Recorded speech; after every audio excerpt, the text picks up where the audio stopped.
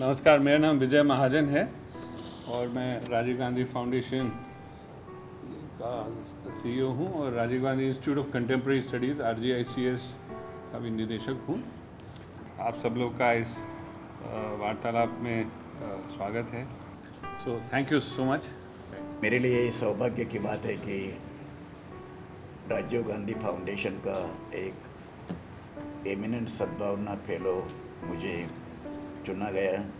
लेकिन अफसोस की बात यह है कि बाकी और भी काम होने के कारण आई कन्फेस कि मैं ज़्यादा टाइम नहीं दे सका और जो बातें मैं निभाना चाहता था वो मैं निभाना नहीं सका। मैंने वो जब Indian economic association conference annual conference I think 92nd 92वीं कॉन्फ्रेंस थी हैदराबाद में, उसमें मेरा प्रेसिडेंशियल स्पीच था contextualising Nehruvian model of development. Probably history में पहले 90 बरस के हिस्ट्री में इतना बड़ा स्पीच प्रेसिडेंशियल एड्रेस कभी नहीं हुआ। It was a mimeo type and then subsequently Nehru ji पर आज के कॉन्टेक्स्ट में एक किताब लिखने की आवश्यकता है। तो जब मैं राज्यसभा में था तो कम से कम 60-70 किताब और जर्नल्स निकालकर 1000 पेजेस के नोट्स निकाले जस्ट टू प्रेजेंट नेहरू अभी के संदर्भ में। लेकिन एक दूसरे काम होने के कारण वो भी थोड़ा सा भी कोल्ड स्टोरेज में है। लेकिन मैं समझता हूँ कि यदि एक आदमी, एक भारतीय नेता जिसके हमेशा के लिए कॉन्टेक्चुअलाइजेशन होना चाहिए, उनकी कुछ कमियां या शॉर्ट कमिंग्स होने के बावजूद भी, तो शॉर्ट कमिंग्स क्या है, क्या थी, उनके बारे में मैं संक्षिप्त में अंत में बोलूँगा। लेकिन वो है Jawaharlal Nehru. At the age of 58 की उम्र में नेहरू देश के प्रधानमंत्री हो गए। दुनिया में कोई भी ऐसा प्रधानमंत्री नहीं हुआ except Lenin, but Lenin was not prime minister, he was secretary of communist party of Soviet Union. Revolution होने के बाद चाइना में भी इतनी टर्मोइल सिचुएशन नहीं थी। लेकिन नेहरू ने जब प्राइम मिनिस्टर का पद संभालने का वादा किया और ट्रिस्ट विद डेस्टिनी जो पहला भाषण किया, उसकी हालत यदि हम देखेंगे, देश का बंटवारा हो चुका था। कम से कम 30 लाख लोगों की हत्या हो गई हिंदू मुसलमान दोनों में। 7 लाख से ज़्यादा वुमेन पर दोनों हिंदू मुसलमान लोगों ने अत्याचार किए, बलात्कार किए। And there was chaotic situation. History के एनसाइक्लोपीडिया जो है उनमें ऐसा लिखा गया है, the greatest tragedy of human civilization was partition of India.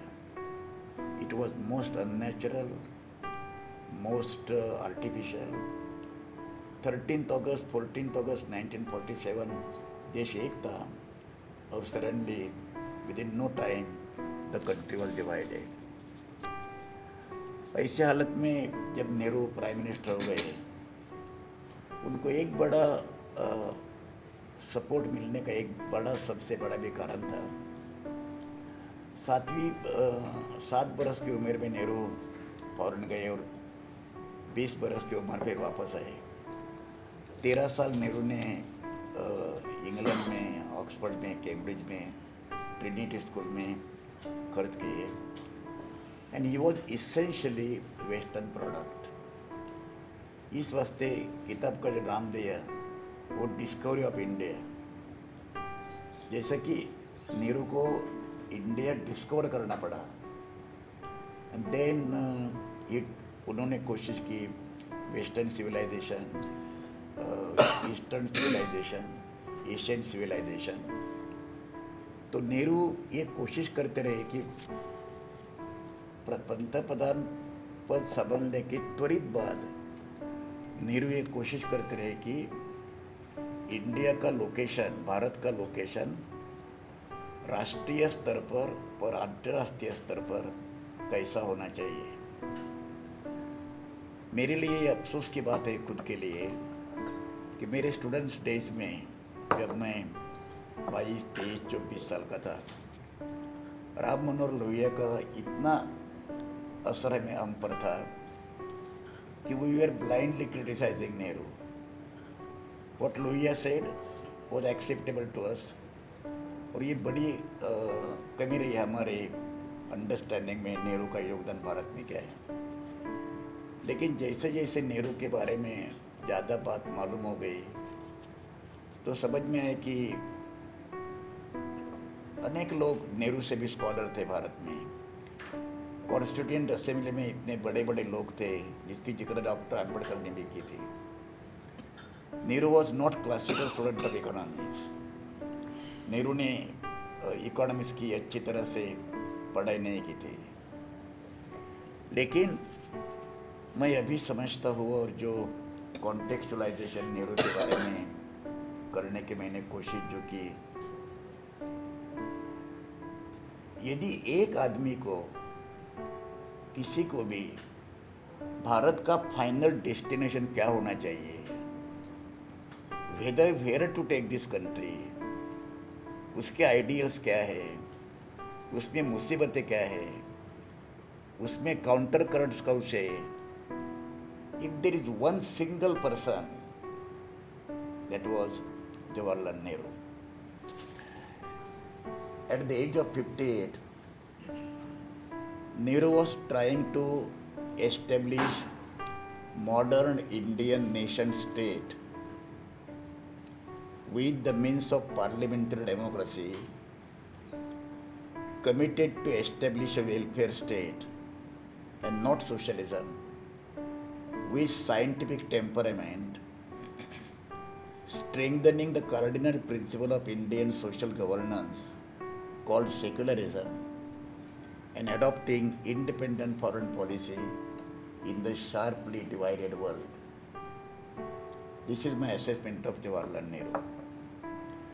Bharat को स्वतंत्रता मिलने के बाद एक मॉडर्न इंडियन नेशन स्टेट निर्माण करने के लिए पार्लियामेंट्री डेमोक्रेसी का साधन चुनने के बाद सेक्युलरिज्म एक अप्रोच है, एक स्ट्रेटेजी है, एक मॉडर्न वैल्यू है।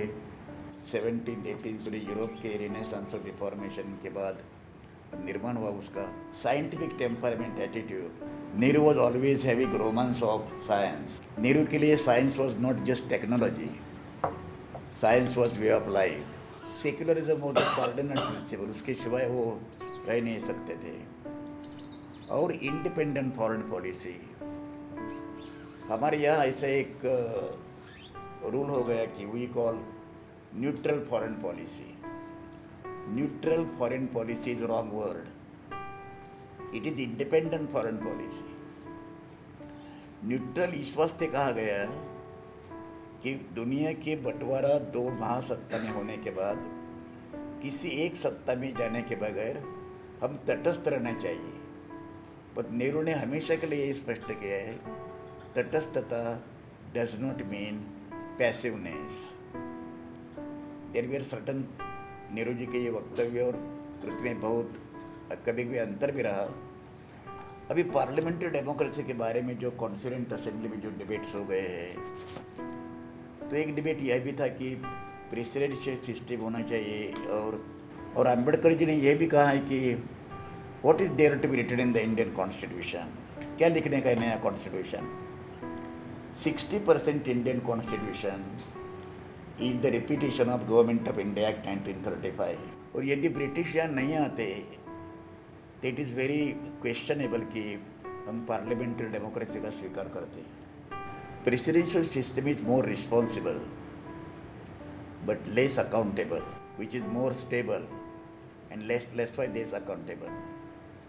Parliamentary system is more accountable and less responsible. That is why हम आज जो देख रहे हैं, मोर अकाउंटेबल तो होनी चाहिए थी, तो मोर अकाउंटेबल भी नहीं है। और रिस्पॉन्सिबल के बारे में आप जान सकते हैं कि अभी की हालत क्या है। 9 दिसंबर 1946 का कॉन्स्टिट्यूएंट असेंबली डिबेट की पहली मीटिंग हो गई और 13 दिसंबर 1946 को नेहरू ने ऑब्जेक्टिव रिजोल्यूशन लिखा। वो 5 पेज का ऑब्जेक्टिव रिजोल्यूशन है, लेकिन नेहरू जी का ऑब्जेक्टिव रिजोल्यूशन और पूरी कॉन्स्टिट्यूशन 395 आर्टिकल्स, ये दोनों का तालमेल हम देखेंगे तो आपको मालूम होगा that entire constitution is the explanation of Nehru's objective resolution, जो पहले दिन उन्होंने पार्लियामेंट के यहाँ कॉन्स्टिट्यूएंट असेंबली के सामने रखा। बहुत पुराना असर था नेहरू जी पर मार्क्सिज्म का, न कम्युनिज्म का। इंडिया के दुर्दैव की बात यह है कि मार्क्सिज्म, कम्युनिज्म, मार्क्सियन अप्रोच, ये सब चीज़ें एक दूसरे से अलग मानने की प्रथा हमारे यहाँ नहीं है। लेकिन मार्क्सिज्म का पूरा असर होने के बावजूद भी सोशलिज्म का, क्लासिकल सोशलिज्म का इतना असर होने के बावजूद भी और 1917 में रशियन रिवॉल्यूशन ने साम्राज्यवाद और भांडवलशाही को यानी पूंजीवाद को एक नया ऑल्टरनेटिव देने के बाद और उसकी बहुत प्रशंसा करने के बाद भी Nehru avoided any kind of dictatorship. इस commitment to democracy, dissent, personal liberty at any cost, even for the sake of socialism, Nehru would not compromise on fundamental values of democracy. 1959, when Nambudiri Sarkar was removed, government was removed, till last moment he was not able to take a decision. अंत में तक वो decision लेने के तैयार नहीं थे. There was chaos in Kerala, and Nambudripad government, first communist government, elected through parliamentary means. लेकिन इंदिरा गांधी ने एडवाइस किया कि this is time to abolish the government. कि लास्ट मोमेंट तक नेहरू ने आपको खुद को माफ़ी नहीं किया गवर्नमेंट एबोलिश करने के लिए। तो सवाल यह है कि पार्लियामेंट्री डेमोक्रेसी नेहरू के लिए एक धर्म था, एक वे ऑफ लाइफ थी। 1921 में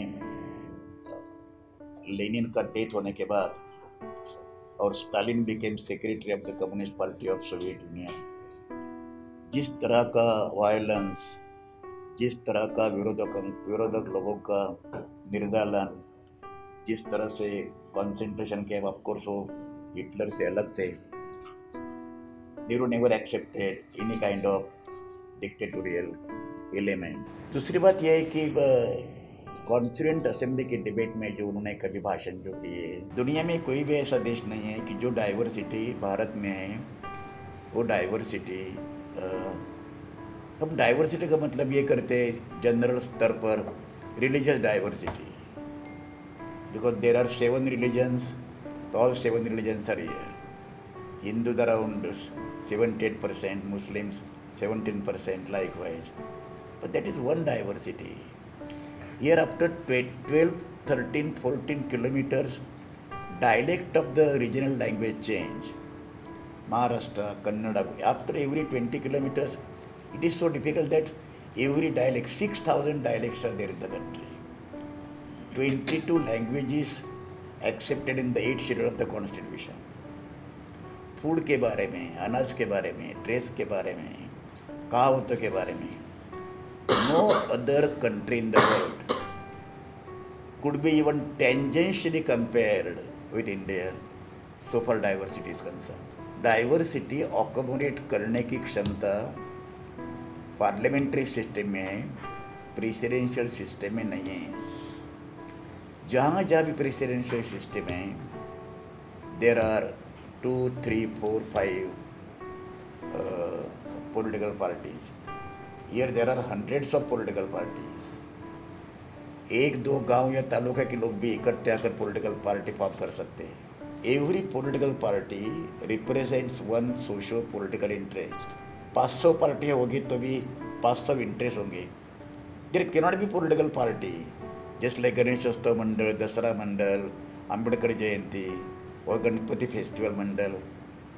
Historically, at political science, political party, if it is to come into existence, it must have specific economic political interest. Otherwise, there is no need. तो डाइवर्सिटी के बारे में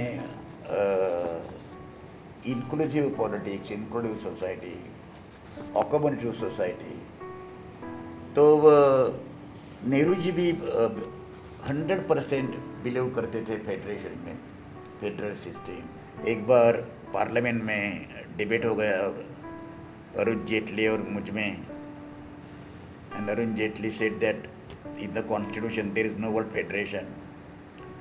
I told him that you are talking so elementary in such a house like Rajya Sabha.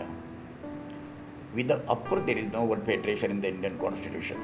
And they always हमेशा बोलते थे cooperative federalism.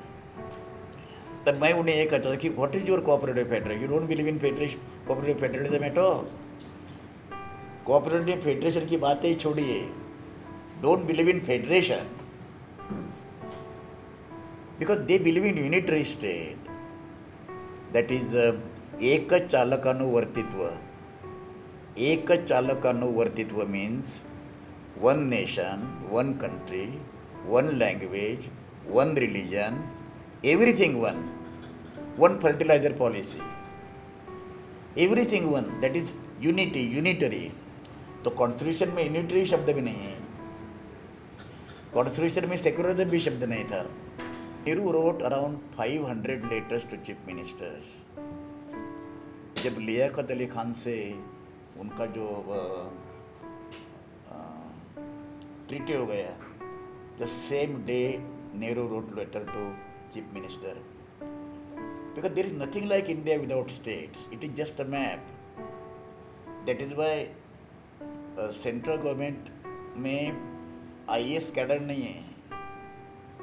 Central government में IFS cadre है, IAS cadre नहीं. IAS कैडर स्टेट में है.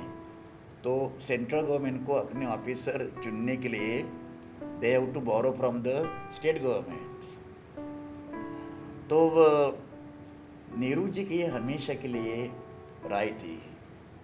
ये वॉज आफ्टर कंसेंसस पॉलिटिक्स. बाद में इंदिरा जी सत्ता पर आने के बाद कंसेंसस पॉलिटिक्स के बारे में कुछ मुसीबतें आई. आज कंसेंसस पॉलिटिक्स का कोई सवाल ही नहीं है. लेकिन एवरी डिसीजन जो लेते थे नेहरू, अभी पार्लियामेंट्री डेमोक्रेसी सक्सेसफुल करने के लिए उन्होंने, आपको मालूम है कितने पार्लियामेंट्री इंस्टीट्यूशंस उनकी स्थापना की. जब मैं दिल्ली में आया पहली बार प्लानिंग कमीशन मेंबर और बाद में राज्यसभा, तो कुछ दिन दिल्ली में घूमता रहा इंस्टीट्यूशन में. नॉट अ सिंगल इंस्टीट्यूट ऐसी नहीं है कि जो नेहरू ने निर्माण नहीं की. डिक्टेटर होने की पूरी संभावना था नेहरू में. कुछ बातों में उन्होंने ऐसे निर्णय भी लिए, लेकिन लोगों के साथ एक एरिस्टोक्रेटिक फैमिली से आने वाला आदमी लोगों के साथ इतना जुड़ा हुआ.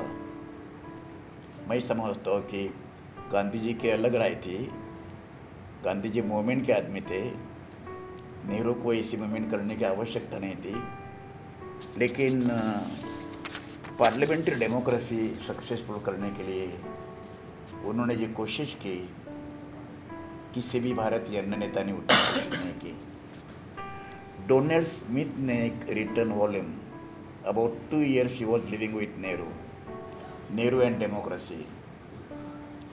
पार्लियामेंट में सेशन में 4 में था, राज्यसभा में 5:30 बजे सेशन क्लोज होने के समय 10-12 भी आदमी नहीं रहते थे मेंबर ऑफ पार्लियामेंट. 4, 5, 6, 7, 8, 9, 10 बेल बजानी पड़ती थी कभी कभी लोकसभा राज्यसभा में. तो डोनाल्ड स्मिथ ने उसको पूछा कि अब पार्लियामेंट में 2-4 लोग बैठते हैं तो भी क्यों खड़े तो बैठते रहते हैं. ही सेड, मैं पार्लियामेंट में होने के बाद यदि 4-5 लोग बैठते हैं तो न मैं नहीं बैठूंगा तो कितने हो गए पार्लियामेंट में. You know, in the parliament exactly between Lok Sabha and Rajya Sabha, उनकी दोनों के बीच में प्राइम मिनिस्टर का ऑफिस है. नेहरू कभी भी अपॉइंटमेंट पार्लियामेंट का सेशन शुरू होते समय समाप्त होने तक no appointment from foreign country, no felicitation, no programme. आज ये स्थिति है कि वहाँ पार्लियामेंट में आते ही नहीं है प्राइम मिनिस्टर, और आते हैं तो पार्लियामेंट में क्या चला है, people had to wait for is darshan. तो दिस इज पार्लियामेंट्री डेमोक्रेसी। और parliamentary democracy how much is under attack? Parliamentary democracy attack होने का कारण ये है कि जो पक्ष, जो प्रवृत्ति, जो ऑर्गेनाइजेशन, जो शक्तियाँ पार्लियामेंट्री डेमोक्रेसी पर विश्वास ही नहीं रखते, उनसे इसे अपेक्षा करना कि पार्लियामेंट सक्सेसफुल होने के लिए उन्होंने कोशिश करना चाहिए, दिस इज नहीं। तो what they are doing, what they are suppose to do, और जो शुरू से करना चाहते थे वो करके आते, हम उसके लिए काउंटर नैरेटिव क्या कर सकते हैं, उसका एक सवाल है। सेक्युलरिज्म के बारे में जब आप बात करते हैं तो सेक्युलरिज्म एक पहली बार हमारे यहाँ लोगों ने, राज्य के नेता ने ऐसा चित्र खड़ा किया, सेक्युलरिज्म मीन स्टेट ने रिलीजन से अलग रहना। This is classical definition of secularism, European secularism, bifurcation of church from the state. Secularism का इतना नैरो मतलब नहीं है। सेक्युलरिज्म का मतलब हाउ टू अप्रोच कौन सी भी चीज़, कौन सी भी वस्तु, कौन सी भी वस्तु स्थिति समझने के लिए तुम्हारा अप्रोच क्या होना चाहिए। It deals with materialism. Secularism की बात है, स्टेट की बात है, सोसाइटी की बात है। स्टेट सेक्युलर हो सकता है, सोसाइटी सेक्युलर होने के कारण बहुत लंबा असर होता है, क्योंकि लंबा टाइम लेना पड़ता है। लेकिन इंडियन कॉन्टेक्स्ट में सेक्युलरिज्म एक मॉडर्न वैल्यू भी है, एक मॉडर्न अप्रोच भी है, एक मॉडर्न स्ट्रेटजी भी है। तो सेक्युलरिज्म इज वो मेजोरिटेनिज्म जो है, बहुसंख्यकवाद, पॉलिटिकल साइंस के खिलाफ political party getting majority, what is your Westminster model जो है वगैरह वगैरह, वो बात छोड़ दीजिए। लेकिन किसी न किसी को तो किसी न किसी तरह का गवर्नमेंट तो होना चाहिए, first come first, proportional representation. लेकिन किसी भी एक जमात के हाथ में वो जमात होने के कारण मेजोरिटी में आना, this is defeating the purpose of political majority. और इंडिया का आज का जो कॉन्टेक्स्ट है वो ये कॉन्टेक्स्ट है। जब तक नेहरू जी का सवाल है, आचार्य नरेंद्र देव ने इसकी थोड़ी सी जिक्र की। दुनिया भर हम देखेंगे तो फैसिस्टों की सबसे पहली शिकार हो गए communist, and second social democrats. Unfortunately all fascist came to power with social democrats, जिनको मार्क्सिस्ट कहते थे petty bourgeoisie. Because internationally social democrat कोई भी ऐसा मॉडल नहीं था अदर देन मिक्स्ड इकोनॉमी कि ये पूरी दुनिया के स्तर पर वो दिखा सके कि ये हमारा मॉडल है। There are 97 definitions of democratic socialism. What is democratic socialism? लेकिन fascism, that is the latest development in political theory, उसका डेफिनेशन भी अच्छी तरह से हम नहीं कर सकते except third international. Third international का है कि it is open and chauvinistic dictatorship of the most reactionary sections of the finance capital, but that is applicable to Europe. Nehru probably, कम्युनिस्टों ने भी फैसिज्म की इतनी जिक्र नहीं कर की जो करनी चाहिए थी। उनकी पहली मिस्टेक ये थी कि वो तो पार्लियामेंट्री डेमोक्रेसी एक्सेप्ट नहीं करते थे। 1948 में तेलंगाना में they were believing arm revolutionary struggle which has fizzled out, आपको मालूम है। लेकिन उन्होंने सबसे ज़्यादा जिक्र करनी चाहिए थी फैसिज्म, उनको भी नहीं किया। उन्होंने सबसे बड़ी गलती की बेसिक एंड सुपर स्ट्रक्चर। और नेहरू जी का जब तक सवाल है नेहरू जी को ये मालूम था भारत में यदि फैसिज्म आना होगा तो न इटली जैसा आएगा न जर्मनी जैसा आएगा, it will come through Hindu communalism. In fact Hindu communalism in another name for Indian fascism. लोग एक्यूज करते रहे 1991 का इकोनॉमिक पॉलिसी आने के पहले लोग नेहरू पर आरोप करते रहे कि Nehru was socialist. Let us please remember, Nehru was not socialist at all. Nehru was Fabian socialist, it is romantic socialism. यदि वो सोशलिज्म लाना चाहते थे तो भी पटेल, गोविंद वल्लभ पंत, कृपलानी, ये जो लोग थे वो उनको आने भी नहीं देते थे। 1936 मई महीने में जो फैज़ाबाद का अधिवेशन हो गया, उसमें नेहरू ने कहा socialism is the only solution to all problem. I am socialist और कांग्रेस को भी मैं सोशलिस्ट करूँगा। Next day Patel wrote letter to Nehru, mister Jawaharlal Nehru, यदि आप सोशलिस्ट होना चाहते हैं तो आप सोशलिस्ट रहिए, हम सोशलिस्ट नहीं हैं, कांग्रेस को सोशलिज्म की आवश्यकता नहीं है।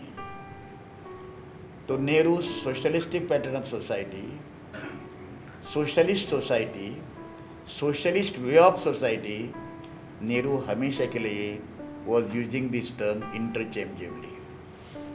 ही was accepting mixed economy and that was the right thing according to me. आपको ये भी मालूम होगा कि नेहरू ने इतनी कोशिश की प्लानिंग कमीशन की स्थापना करने की, अंत तक नेहरू को प्लानिंग कमीशन स्थापन करने को पटेल ने परमिशन नहीं दी। जो हाई कमांड जो इस्तेमाल शब्द करते हैं ना, that high command for the first time was use to Patel. पूरी ऑर्गेनाइजेशन पटेल साहब की कंट्रोल में थी। कभी कभी ये भी कह सकते थे कि mister Nehru now you should, पूरी ऑर्गेनाइजेशन। अंत में नेहरू जी को 15 मार्च 1950 में एक सर्कुलर निकालकर प्लानिंग कमीशन की स्थापना करनी पड़ी। तो 5 बरस प्लानिंग कमीशन में काम करने के बाद लोग कहते हैं कि मुनगेकर का प्लानिंग कमीशन में डिमोल एबोलिशन करने के बाद उनको दुख इस वास्ते हुआ कि वो प्लानिंग कमीशन में थे, बाकी वो बात नहीं है। प्लानिंग कमीशन एक काउंटर वेलिंग एजेंसी थी, पूरा नेशनल पर्सपेक्टिव था। हम जो राज्य में काम करते तो महाराष्ट्र, उड़ीसा, पंजाब, प्लानिंग कमीशन आपको एक पूरा नेशनल पर्सपेक्टिव देते हैं। मुदुले में हमें हमेशा मिलने के बाद कहते थे how is your Maharashtra, he never identified Maharashtra. Vilasrao Deshmukh मुझे कहते थे कि तुम बिहार को ज़्यादा पैसे देते हैं, महाराष्ट्र क्यों नहीं देते। मैंने कहा कि I am not here to represent Maharashtra, I am talking of national policy. तो 1991 के जो रिफॉर्म जाए उसका कारण नेहरू का सोशलिज्म नहीं था, उसका अलग कारण थे। लेकिन नेहरू ने कोशिश की एक इगैलिटेरियन समाज निर्माण हो, इक्वलिटी ऑफ अपॉर्चुनिटी मिले। उन्होंने जो लेटर लिखे उनमें आरएसएस में इतनी कड़ी टीका की है। RSS is secret organization, RSS is secret organization. Unfortunately Nehru जितने आरएसएस के खिलाफ बोले उसके 10% भी नेहरू ने अंत तक कृति में आरएसएस को विरोध नहीं किया। और नेहरू जी के जाने के बाद जो थोड़ा बहुत जो विरोध था वो भी कांग्रेस ने, आइडियोलॉजी के स्तर पर Congress never challenged RSS except banning RSS during emergency. 1975 में वो अरेस्ट, उनको जो बैन लगाया वो छोड़कर Congress never fought ideologically RSS. And today Congress क्षीण होने का, दुबले होने का, अशक्त होने का एक महत्वपूर्ण कारण ये है कि आरएसएस हिंदू कम्युनलिज्म और कम्युनलिज्म चैलेंज करने का काम कांग्रेस में कभी भी सशक्त लेवल पर नहीं किया। अंत में मैं एक बात आपको बताना चाहता हूँ कि Nehru ji was hesitant statesman. I was today discovering how to locate their. Now they उसके प्लस माइनस पॉइंट भी थे. He was having philosophical thinking. He was having consensus का पॉलिटिक्स करना चाहिए. लेकिन गोवा में पोर्तुगल का इतना सरकार 1967 होने के बाद भी Nehru never thought of intervening in Goa. पहली बार लोहिया वहाँ गए और पूरा आंदोलन उधर सोशलिस्ट पार्टी के लोगों ने किया. Because Nehru was always concern America को क्या लगेगा. दूसरी नेहरू जी के बारे में गलत फहमी ये है कि पाकिस्तान का सवाल नेहरू यूनियन में क्यों लगे गए. आपको ये मालूम होगा माउंटबेटन क्लियरली एश्योर्ड नेहरू कि हम उसकी कोशिश करेंगे. Nehru fail to understand the design of European countries. And third, the greatest debacle ज़्यादा से ज़्यादा इट वॉज चाइनीज एग्रेशन. बहुत लोग इतनी टिका करते हैं कि नेहरू को मालूम नहीं हुआ. ये Nehru was fully aware what China was doing.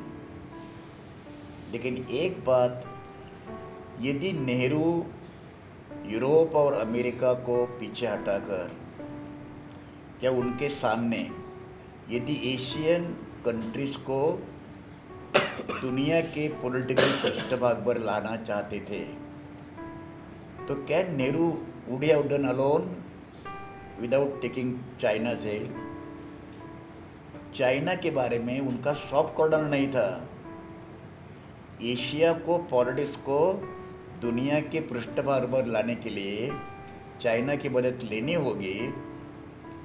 China दो सिविलाइजेशन, दो बड़े नेशंस, दो बड़े नेबर्स और अकेला भारत यूरोपियन लोग, ब्रिटिश, अमेरिका इनका सामना नहीं कर सकते.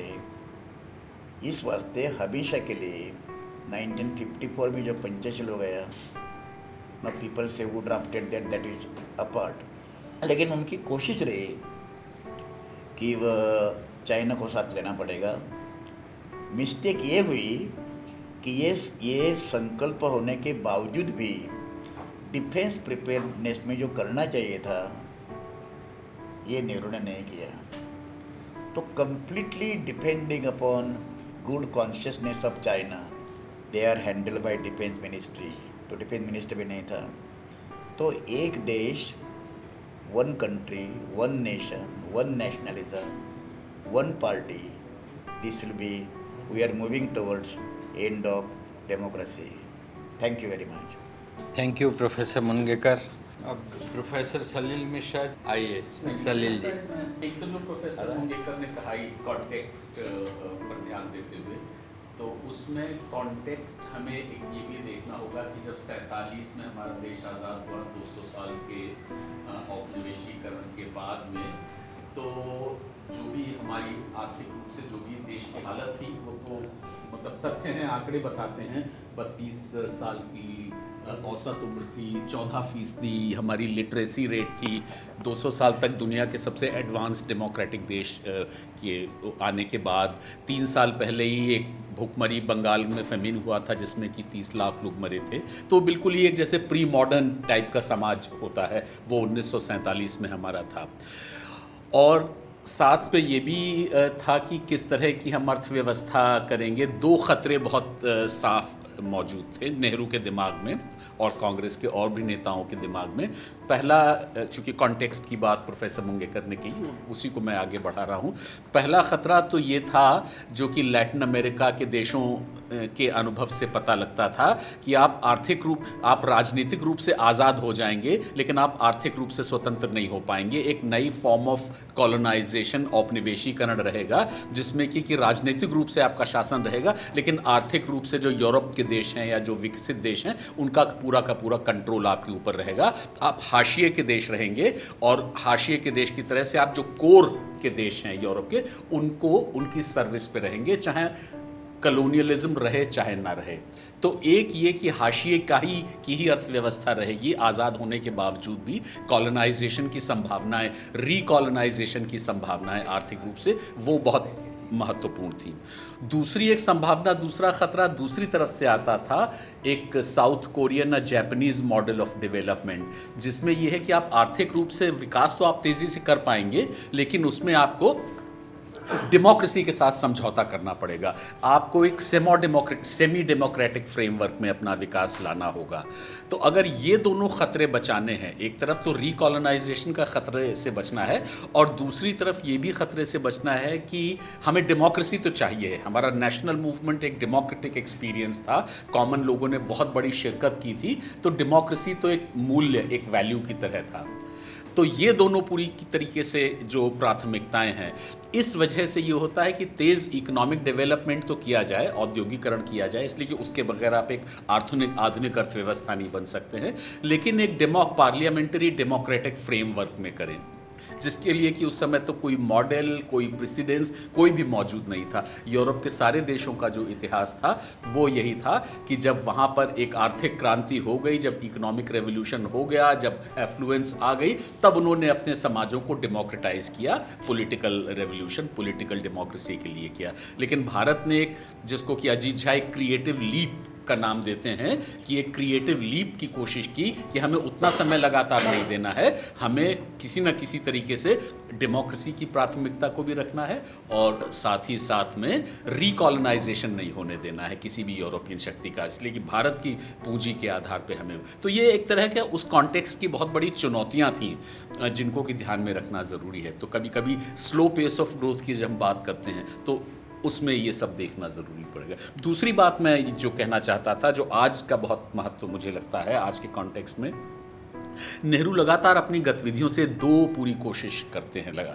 नेहरू का देश पे बहुत बड़ा कंट्रोल है, कांग्रेस का देश पे बहुत बड़ा कंट्रोल है, वर्चुअली पूरे 50 के दशक तक वन पार्टी सिस्टम एक तरह से चलता है। लेकिन नेहरू की लगातार कोशिश रहती है दो तरह की, एक तो कंसेंसुअल पॉलिटिक्स की जाए, किसी भी डेमोक्रेसी में पूरी तरीके से तो सर्वसम्मति हो नहीं सकती, इसलिए कि वरना डेमोक्रेसी नहीं होगी, लेकिन कितना भी छोटा, कितना भी एक एरिया हो, एक सर्वसम्मति का दायरा जरूर होना चाहिए, एक कुछ ऐसा होना चाहिए जिस पर कि सब लोगों की सहमति हो। नेहरू 50s में वेलफेयर और नेशनलिज्म को कॉन्सेंसस के दायरे में लाते हैं कि हमारा जो देश की सर्वसम्मति होगी वो एक नेशनलिज्म, इंडियन नेशनलिज्म के दायरे में होगी।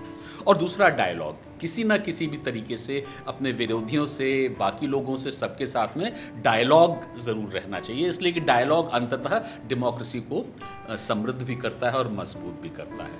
आज के कॉन्टेक्स्ट में मुझे लग रहा है कि ये दोनों संभावनाएं बिल्कुल ख़त्म हो गई हैं, इसलिए कि कॉन्सेंसस और डायलॉग दोनों में इनिशिएटिव स्टेट का था। जब हमारा देश आज़ाद हो गया तो सरकार ने नेहरू की लीडरशिप में दोनों में इनिशिएटिव लिया कि डायलॉग को ज़्यादा से ज़्यादा बढ़ाना है, जो पार्लियामेंट का आपने उदाहरण दिया था कि चाहे 4 लोग हों लेकिन नेहरू लगातार अटेंड करते थे, इसलिए कि डेमोक्रेसी, पार्लियामेंट एक स्पेस है डायलॉग के लिए, और दूसरा कि एक सर्वसम्मति का दायरा ज़रूर हो। दोनों में स्टेट ने कोशिश की थी, लेकिन अभी जिस दौर में हम रह रहे हैं वहाँ पर स्टेट ने न सिर्फ इन दोनों एरिया से अपने आप को खींच लिया है, बल्कि कॉन्स्टेंटली नेशनलिज्म को रीडिफाइन कर दिया है एक हिंदू टर्म्स में, और डायलॉग की संभावनाओं को ख़त्म कर दिया है। तो चुनौती ये है कि अगर स्टेट नहीं कर रही है, लेकिन इन दोनों को फिर भी होना है, डायलॉग को भी होना, और हम ही लोगों को या कहीं से भी सर्वसम्मति का दायरा कितना भी छोटा क्यों ना हो, वो दायरा क्या है उसको रीडिफाइन करना है, डिफाइन करना है, परिभाषित करना है, स्थापित करना है। कुछ तो ऐसा है जो कि हम, हमारे विरोधी, लेफ्ट राइट जो भी भारतीय हैं,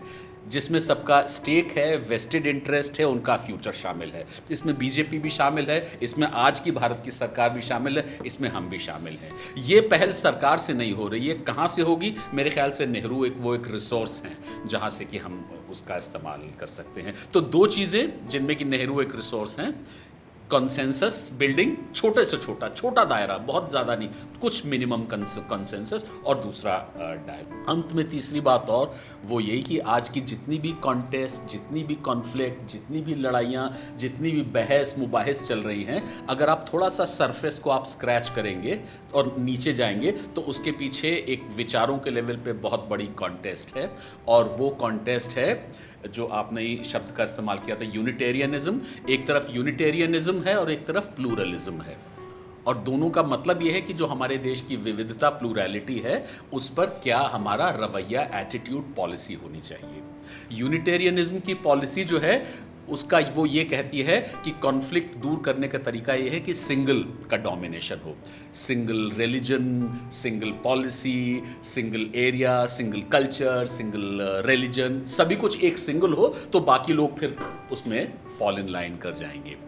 और प्लूरलिज्म का जो रास्ता है वो ये है कि सारे ख़तरों के बावजूद, उसमें एक ख़तरा होता है कभी आप माइनॉरिटी अपीज़ करते देखते हैं, कभी लगता है कि आप मेजॉरिटी को अपीज़ कर रहे हैं, इसलिए कि ये तो एक टाइट रोप वॉक होती है, करेक्ट? तो कभी हमको कॉम्बिनेशन मिलता नहीं है, तो कभी थोड़ा इधर झुके हुए लगते हैं, कभी उधर झुके हुए लगते हैं, लेकिन अपने सारे ख़तरों के बावजूद एक ये कन्विक्शन प्लूरलिज्म का है कि अपनी सारी कमज़ोरियों, सारे ख़तरों के बावजूद प्लूरलिज्म बेहतर है, सुपीरियर है और भारतीय ऑप्शन है। भारत का इस दुनिया को बताएगा कि प्लूरलिज्म कैसे चलाया जाए, और लॉन्ग रन में कॉन्फ्लिक्ट उसमें कम होती हैं। यूनिटेरियन मॉडल लगता है कि कॉन्फ्लिक्ट कम करता है, लेकिन वो कॉन्फ्लिक्ट बढ़ाता है, इसलिए कि बाकी लोग रिजेंट करते हैं। प्लूरलिज्म का मॉडल है जिसमें कि कॉन्फ्लिक्ट भी कम है और वो मॉरली सोशली भी सुपीरियर है। उसमें भी हमारे लिए एक नेहरू एक रिसोर्स हैं, तो उनका वो कॉन्टेक्स्ट, दूसरा कॉन्सेंसस और डायलॉग किस तरीके से बनाया जाए, इसलिए कि सरकारों की दिलचस्पी नहीं है सरकार की, और तीसरा यही कि किसी न किसी भी तरीके से यूनिटेरियनिज्म का मॉडल शॉर्ट टर्म में कुछ समय में अट्रैक्टिव लग रहा है, लोगों को भी अट्रैक्टिव लग रहा है। मुझे लग रहा है कि जनता के बीच में भी लगता है कि यूनिटेरियन मॉडल लोगों को अच्छा लगने लगा है, कि डिसिप्लिन होना चाहिए, टॉप डाउन होना चाहिए वगैरह वगैरह। लोगों को भी एक शॉर्ट टर्म फेज आता है कि लोगों को इस तरह की चीज़ें अच्छी लगती हैं, लेकिन लॉन्ग टर्म मॉरल, सोशल और प्रैक्टिकल सुपीरियॉरिटी प्लूरलिस्ट मॉडल की है। इसमें भी नेहरू हमारे लिए रिसोर्सेज हैं और इसको भी बिल्कुल ही अनकॉम्प्रोमाइजिंग तरीके से हमको लगा। धन्यवाद प्रोफेसर सलील मिश्रा। अब मैं सौरभ वाजपेयी जी से आग्रह करूंगा। धन्यवाद विजय भाई। प्रोफेसर सलील मिश्रा के बाद अगर आपको बोलने को कहा जाए तो ये होता है कि आपके सामने चैलेंज है कि क्या बचा है जो आप अब नया बोलेंगे। मैं इतिहास का विद्यार्थी रहा हूँ और इतिहास पढ़ाता हूँ, लेकिन एक संगठन है जो आज़ादी की लड़ाई के मूल्यों को समर्पित संगठन है, उसका नाम है राष्ट्रीय आंदोलन फ्रंट। हम लोगों ने 2015 में JNU में बनाया था, तो उसका संयोजक होने के नाते बहुत सारे सवालों से हम लोग रूबरू होते रहते हैं। मैं बड़ी दिलचस्प बात बताऊं कि कुछ दिन पहले सर एक IITian जो है बच्चा वो मिला और अभी दाखिला उसका हुआ था 1-2 साल पहले, और उसने कहा कि मैं कुछ नेहरू पे पढ़ना चाहता हूँ, मैंने डिस्कवरी ऑफ इंडिया पढ़ना शुरू कर दिया, कुछ और किताबें बताइए। तो मैंने उसका बैकग्राउंड पूछा, साइंस बैकग्राउंड से था, तो वो मैंने कहा कि तुम्हारी इतनी दिलचस्पी नेहरू में क्यों होगी, तो मैं जानबूझ के उसको पूरेगा। तो उसने कहा कि इधर जिस इंसान पे इतना ज़्यादा हमला हो रहा है उसमें कुछ ना कुछ तो खास होगा। जैसा प्रोफेसर भालचंद्र मंगेकर ने जिसकी तरफ इशारा भी किया कि आइडियोलॉजिकल फ्रंट पे बहुत ज़्यादा रैपिड एक स्टैग्नेशन था, जहाँ ऐसा लगता था कि कांग्रेस की कोई आइडियोलॉजी नहीं है, कांग्रेस की कोई लिगेसी नहीं है और किसी को चिंता भी नहीं होती थी। और अचानक से पिछले 7-8 साल से ऐसा लग रहा है कि नई नई लहरें उठ रही हैं। हमें लगता है कि शायद जैसे समुद्र मंथन होता है, उस समुद्र मंथन के दौरान विष भी निकलता है, अमृत भी निकलता है, तो इस जड़ता को तोड़ने के लिए कहीं ना कहीं इस तरीके के एक काम की ज़रूरत बहुत लंबे समय से थी। एक तो ये चीज़ है कि नेहरू को एक तो मॉडर्निटी के साथ जिस तरीके से लिंकअप करते हैं, लेकिन मैं सबसे ज़्यादा आश्चर्य में तब पढ़ता हूँ जब मैं नेहरू को अगर उनकी किताबों के साथ में आप देखना चाहें, डिस्कवरी ऑफ इंडिया के साथ देखना चाहें या ग्लिम्पसेस ऑफ वर्ल्ड हिस्ट्री के साथ देखना चाहें, तो आपको नई नई इंसाइट्स आती हैं। तो नेहरू फियरलेसनेस को समझाते हुए एकदम डीप आइडियोलॉजिकल सिविलाइजेशनल ट्रेडिशन में जाकर के जनक को कोट करेंगे, ये पॉपुलर इमेजिनेशन में है ही नहीं। लोगों को लगता है कि वो तो विदेश से पढ़े, पेरिस से कपड़े धुलवा करके लाते थे और एकदम वेस्टर्नाइज माइंडसेट के कोई एक नेता रहे होंगे। हमारे जो है हमारी परंपरा से, भारतीयता से उनका कोई लेना देना नहीं है। ऐसी तमाम सारी चीज़ें आपको उनको पढ़ते हुए दिखाई देती है। जैसे मैं मुझे ग्लिम्पसेस ऑफ वर्ल्ड हिस्ट्री पढ़ते हुए ऐसा लगा कि, और हम लोग एडवर्ड सईद और ओरिएंटलिज्म पढ़ते रहते हैं, मुझे लगा कि पहला यूरोसेंट्रिज्म के खिलाफ अगर कोई पहला जो डिबेट है वो नेहरू का जो ग्लिम्पसेस ऑफ वर्ल्ड हिस्ट्री जो है वो उस तरीके से करता है, क्योंकि दुनिया को देखने का जो पूरा पश्चिमी जो नज़रिया है या यूरोप केंद्रित नज़रिया है उसके बरक्स एक अपना नज़रिया क्या हो सकता है, जहाँ एक तरफ एक बहुत ही रूटेड ट्रेडिशन है और दूसरी तरफ एक वर्ल्ड व्यू भी है। और दिलचस्प बात ये है कि ऐसी तमाम सारी चीज़ों के साथ, जैसे आदित्य ने नेहरूवियन के लिए अभी जो अभी बताया कि उनके कपड़े धोने वाला जो व्यक्ति है वो उनको मिल गया, और 110 साल की उम्र है उनकी, और उन्होंने उसका इंटरव्यू जब वो करने गए तो जाहिर सी बात है कि सोशल मीडिया पे लोगों को लगेगा कि उसका इंटरव्यू करने वो जरूर पेरिस गए होंगे, लेकिन उनको नहीं पता है कि वो तो यही हिंदुस्तान में इलाहाबाद के अंदर इनको मिल गए। तो ऐसी तमाम चीज़ें हैं जो ऐसे मिथ को बस्ट करेगी। और मुझे खुशी इस बात की होती है कि आखिरकार एक बहुत लंबे समय के बाद मुझे इतनी बड़ी तादाद में यंग लोग नहीं मिले आज से पहले, पिछले 3, 4, 5 साल से पहले, जो इतना नेहरू को पढ़ना चाहते हों, इतना नेहरू को जानना चाहते हों, इतना नेहरू को सर्च करना चाहते हों। तो मुझे लगता है कि ठीक है, एक मतलब एक अगर हम सिविलाइजेशनल अप्स एंड डाउन्स में देखें तो कभी ऊंचे जो है ऊंचाई आती है, कभी थोड़ा सा गहराई आती है, लेकिन कम से कम नेहरू को समझने की ये जो जद्दोजहद है, ये जो ज़ील है, ये दिखाती है कि आने वाली जो जनरेशन्स हैं वो शायद हमारी जनरेशन से बेहतर नेहरू को समझ पाएंगी और देख पाएंगी। और उसको देखना इसलिए ज़रूरी है क्योंकि इस देश के फाउंडिंग प्रिंसिपल्स को आप समझ ही नहीं सकते अगर हम नेहरू को नहीं समझें। और नेहरू को समझने के लिए आखिरी टिप्पणी मैं जरूर करूँगा कि नेहरू को मैं कभी भी, मतलब पोस्ट इंडिपेंडेंस नेहरू को मैं कभी इंडिविजुअल के तौर पर नहीं देखता हूँ। मुझे लगता है कि नेहरू एक लेगेसी है, नेहरू फ्रीडम स्ट्रगल का कलेक्टिव विजडम है। मुझे गांधी याद आते हैं क्योंकि गांधी के ऊपर सवाल हो रहा है और गांधी कह रहे हैं कि नहीं राजा जी नहीं, नेहरू मेरे उत्तराधिकारी होंगे। तो नेहरू ये समझ रहे हैं कि पोस्ट इंडिपेंडेंट इंडिया में कौन व्यक्ति है जो मेरी सोच को भी आगे लेकर के जाएगा। और ये सारी चीज़ें, जैसे नेहरू के ऊपर अटैक सबसे ज़्यादा है और बाकी किसी के ऊपर अटैक भी नहीं है। दरअसल बाकी सबकी तो भूमिका ये है कि नेहरू के आगे किसको किसको खड़ा किया जा सकता है। हालांकि नेहरू के अलावा गांधी के ऊपर बहुत फाइन अटैक है, उस अटैक को पहचानने की कोशिश करनी चाहिए। गांधी पर सीधा अटैक करने से आरएसएस बचती रही है और नेहरू के ऊपर सीधा अटैक वो इसलिए करते हैं क्योंकि अगर नेहरू को वो नेस्तनाबूद कर देंगे, नेहरू को अगर वो ध्वस्त कर देंगे तो गांधीयन और गांधीयन लेगेसी अपने आप में ध्वस्त हो जाएगी। तो ये समझना गलती होगी कि गांधी पर अटैक नहीं है या कम अटैक है, नेहरू पर अटैक है। दरअसल अगर आप सरदार पटेल को एप्रोप्रिएट कर रहे हैं तो ये गांधी पर अटैक है। आप ऐसे भी इसको समझें, क्योंकि अगर आप सरदार पटेल को, सलील सर बहुत सारे किस्से हम लोगों को पार्टीशन के टाइम पर सुना सकते हैं कि किस तरीके से सरदार पटेल जा करके कैंप्स में मुसलमानों को हिंदुस्तान के वापस लेकर के आ रहे हैं। तो अगर नेहरू पर अटैक कर रहे हैं तो गांधी पर अटैक है, और अगर पटेल को अप्रोप्रिएट कर रहे हैं तब भी गांधी पर अटैक है। तो अल्टीमेटली ये सारे अटैक अगर कहीं जाते हैं तो वो फिर गांधी के ऊपर जाते हैं। और एक बार अगर आपने फ्रीडम स्ट्रगल की इस पूरी की पूरी विचारधारा को तितर बितर कर दिया तो फिर जो उनका पॉलिटिकल प्रोजेक्ट है उसको अचीव करना बहुत आसान हो जाता है। बहुत बहुत अजीत जी आइए।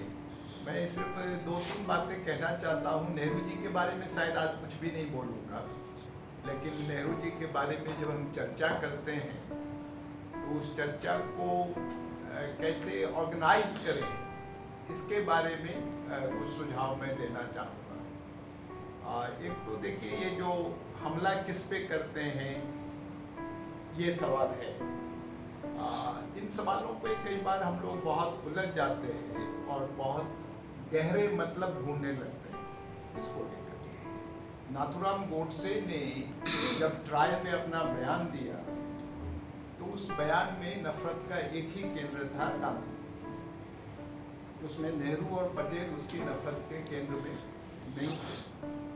उल्टा वो ये कह रहा है कि जब तक ये आदमी जिंदा रहेगा, वो केवल ये नहीं कह रहा है कि ये हिंदुओं के खिलाफ है, ये विभाजन का जिम्मेदार है, ये मुसलमानों के परस्त है, वो केवल ये नहीं कह रहा। नाथूराम गोडसे ये भी कह रहा है अपने बयान में कि इस आदमी के रहते हुए कोई लोकतांत्रिक सरकार इस देश में काम नहीं कर सकती। ये एक्स्ट्रा कॉन्स्टिट्यूशनल ऑथोरिटी है। इसकी वजह से नेहरू और पटेल, वो तारीफ कर रहा है, नेहरू और पटेल काम नहीं कर पा रहे हैं, गवर्नमेंट फंक्शन नहीं कर पा रहे। ये नाथूराम गोडसे का बयान है। तो कब वो किसको चुनते हैं, कब किस पे हमला करते हैं, इसके पूरे फ्रीडम मूवमेंट के दौरान एक ही टारगेट है, गांधी। एक तो नेहरू को हम स्कॉलर्स के तौर पे समझना चाहते हैं, या हिंदुस्तान की डिफरेंट जो आइडियोलॉजिकल पॉलिटिकल ट्रेडिशंस हैं वो नेहरू को समझना चाह रही हैं, तो वो एक अलग किस्म की डिबेट है, एक अलग किस्म का डिस्कोर्स है। क्योंकि सच्चाई ये जरूर है कि नेहरू को एक आइडियोलॉग के तौर पर बहुत सीरियसली अंडरस्टैंड करने की कोशिश नहीं हुई। नेहरू की बहुत स्टडीज हैं, लेकिन जो पॉलिटिकल आइडियोलॉजिकल डिस्कोर्स है उस फ्रेमवर्क में नेहरू को समझने का, या नेहरू के जो एक्सपेरिमेंट्स हैं, नेहरू के जो एफर्ट्स हैं फ्रीडम मूवमेंट के दौर में भी और उसके बाद भी, इसको समझने की बहुत कोशिश नहीं हुई। उस मायने में उस डिस्कशन की एक ज़रूरत है जो एक आदमी फ्रीडम मूवमेंट का भी एक्नॉलेज नंबर 2 लीडर था 1936 से। 1936 ऑनवर्ड्स प्रधानमंत्री कौन बनेगा नहीं बनेगा इसकी जितनी मर्जी डिबेट कर रहे हैं, लेकिन 1936 से ये फाइनल था कि गांधी के बाद अगर कांग्रेस का कोई लीडर है तो वो जवाहरलाल नेहरू है। और ये सारे कांग्रेस के लोग इंक्लूडिंग सरदार पटेल इस बात को जानते भी थे और मानते भी थे। इसलिए 37 का पूरा इलेक्शन कैंपेन, नेशनल कैंपेन केवल एक ही लीडर ने केवल एक 4.5 लाख बाइस जवाहरलाल नेहरू, किसी दूसरे लीडर ने, वो almost like Amitabh Bachchan like phenomenal in that campaign 1 से 9 तक। उसके बाद जितने भी लीडर थे, हाँ सरदार पटेल टिकट सिलेक्शन कर रहे थे, पार्लियामेंट्री बोर्ड के चेयरमैन थे, रिसोर्सेज जनरेट कर रहे थे, ज़्यादातर कैंडिडेट्स उनके सिलेक्ट किए हुए थे, पर कांग्रेस का कैंपेन, कांग्रेस का मैनिफेस्टो, कांग्रेस का मैसेज ये एक ही आदमी सारे देश में लेके गया, कोई दूसरा आदमी लेके नहीं। Without any formal personality cult Congress ने ये एक्सेप्ट किया कि ये हमारा मैसेंजर है। और नेहरू जी को ये समझ थी कि गांधी जी घर में बैठे हुए हैं, और उनसे किसी ने कहा भी कि आपको तो सारे देश का दौरा किया, हर जगह हजारों लाखों की भीड़ थी। उन्होंने कहा ये बात ठीक है, पर हर मीटिंग में मुझको रिसीव कैसे किया गया, एक ही नारा होता था, महात्मा गांधी की जय, जवाहरलाल नेहरू की जय नहीं। तो वो कंटेक्स्ट था। लेकिन उस सब के बावजूद 17 साल वो प्राइम मिनिस्टर रहे, इसके बावजूद भी उनके बारे में कोई ज़्यादा सीरियस स्टडीज नहीं है। उसकी कई वजह हो सकते हैं। उस वजह में 69-70 के बाद कांग्रेस का नेहरू से कोई ताल्लुक किसी किस्म का कोई ताल्लुक नहीं, वो इंदिरा गांधी की कांग्रेस, और वो बिल्कुल अलग कांग्रेस थी, अलग आइडियोलॉजिकल कंस्ट्रक्ट्स पर थी। 84 के बाद वो तीसरी कांग्रेस है, वो राजीव गांधी की कांग्रेस, वो इंदिरा गांधी की भी कांग्रेस है। और 89 के बाद कांग्रेस है, उसका कोई मकसद है, उसकी कोई आइडियोलॉजी है, ये कांग्रेस के नेता उन्हें कभी आज तक तो आर्टिकुलेट नहीं किया। न्यू इकोनॉमिक पॉलिसी को छोड़ करके जिसको सबने एक्सेप्ट कर लिया, वो उनका सबसे बड़ा आइडियोलॉजिकल और पॉलिटिकल कंट्रीब्यूशन है। That is only source of strength for the Congress. चीज़ को कोई कंटेक्स्ट नहीं कर पा रहा है, कोई चैलेंज नहीं कर पा रहा है, कोई भी political party Hindustan right to left, वो केवल और केवल न्यू इकोनॉमिक पॉलिसीज का framework, that is also only framework, that is not a policy perspective, that is not ideological perspective.